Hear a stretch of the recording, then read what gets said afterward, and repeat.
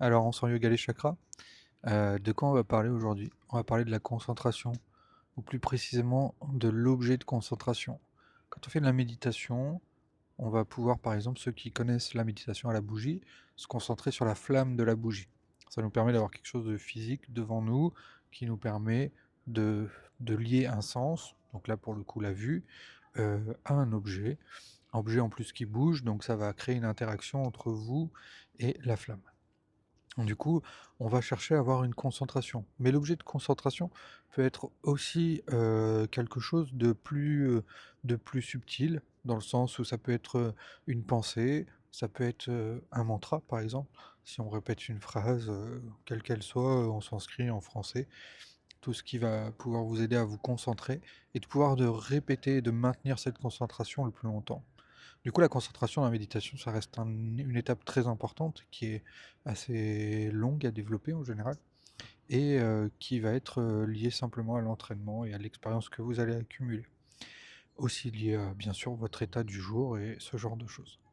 Mais ce que vous pouvez faire pour essayer d'améliorer ça, votre état de concentration, c'est que dans votre quotidien, essayez pendant les moments où vous n'avez rien à faire, par exemple, je sais pas moi, vous êtes, dans le métro et vous attendez.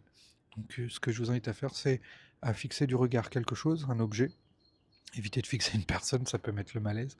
De fixer l'objet, je sais pas moi, un écrou sur une porte et du coup, vous allez fixer et vous concentrer uniquement là-dessus. Vous pouvez aussi faire les yeux fermés en pensant à une idée précise, quelque chose d'assez précis, hein, pas trop complexe, ne commencez pas à rentrer dans une liste de courses, ce genre de choses, mais quelque chose comme ça. Aussi, vous pouvez imaginer cet objet de concentration, le faire de manière, je sais pas moi, vous avez, une statuette, à la maison, que vous aimez bien et ben, par exemple, vous pouvez imaginer cette statuette. Heu, Dans un côté plus spirituel, on fait ça aussi avec les divinités, au côté du yoga, dans l'hindouisme, c'est fait aussi. C'est fait dans plein de religions, j'imagine, peut-être, il faudrait explorer. Mais voilà, ça peut être un petit peu plus subtil. Aussi, ce point de concentration, cet objet de concentration peut être simplement, comme un grain de poussière, mais ça peut également être quelque chose de vide, c'est-à-dire, ce qu'on va appeler une vacuité, quelque chose un espace vide. Et c'est l'espace qui devient l'objet. Et là-dedans, on peut vraiment découvrir d'autres choses. D'accord? Mais commencez par quelque chose de simple, de plus concret, de plus matériel, c'est ce qui vous aidera pour lancer le travail.